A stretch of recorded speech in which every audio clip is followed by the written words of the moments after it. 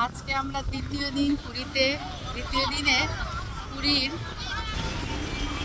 বিকাল এই সন্ধ্যাবেলাটা দেখাই, যেন মনে হচ্ছে মেলা বসে গেছে। কি সুন্দর! আর এখানে এক জায়গায় সব বাতি ধরাচ্ছে। আজকে যেহেতু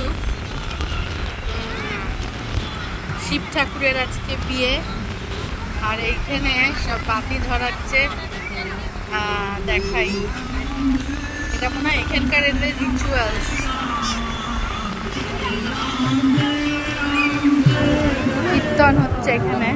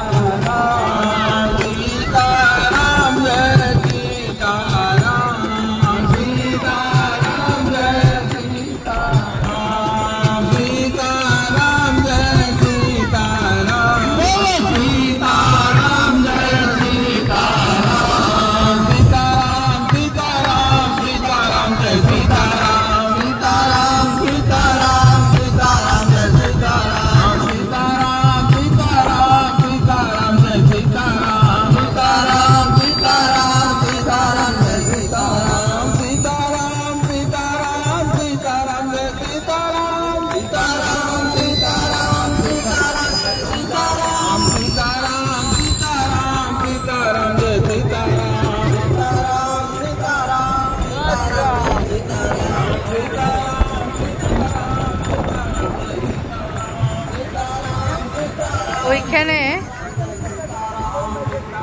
ঠাকুরের নাম হচ্ছে আজকে শিব ঠাকুরের বিয়ে, তো তাই জন্য আজকে জগন্নাথের মন্দির সারা রাত নাকি খোলা থাকবে। তো আমি আজকে প্রথম জানলাম যে আজকে হচ্ছে জামাই ষষ্ঠী। তো জামাই ষষ্ঠীর দিন নাকি, বাবা এখানে কত উট, প্রচুর উট এখানে চড়ছে। পুরীর বিচের এটাই খুব ভালো লাগে, একদিকে উট চলছে একদিকে ঘোড়া চলছে।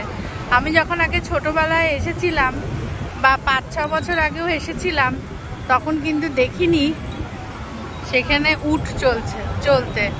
এখন দেখছি উট চলতে, এটা খুব ভালো লাগলো, একটা নিত্য নতুন। আর এই সমুদ্রের হাওয়া যেন সত্যি মাতাল করে দেয়। দারুণ সুন্দর এই সমুদ্রের বিচে সন্ধ্যাবেলা ঘোরার। ওরে বাবা, কি কুকুরে খেলা করছে, গায়ের ওপরে এসে পড়েছিল, ভাগ্যি ভালো কিছু করেনি। যাকে যাক। তো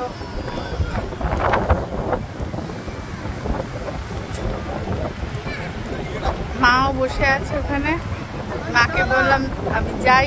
এত হাওয়া আর এত সুন্দর ওয়েদার, সন্ধ্যাবেলার ওয়েদারটা কোনো বিকল্প নেই। দারুণ সুন্দর সন্ধ্যাবেলা পুরীতে।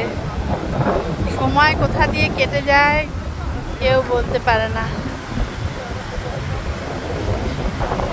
দারুণ, যেন বসে বসে খালি সমুদ্রের জলটাই দেখি। পুরীতে এক একটা ঢেউ এক এক রকম।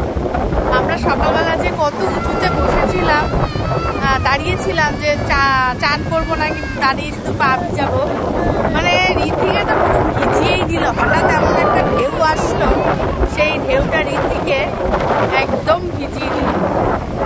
ওই যে দূর থেকে যে ঢেউগুলো আসছে, সেই সাদা সাদা ফেনা হয়ে ঢেউগুলো আসছে, তারপর আস্তে আস্তে সেটা পাড়ে এসে ভেঙে যাচ্ছে।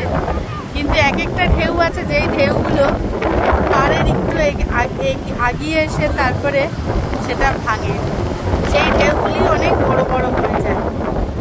এত সুন্দর লাগে এই জলে পা দিতে, সত্যি মনটা একেবারে ভরে যায়।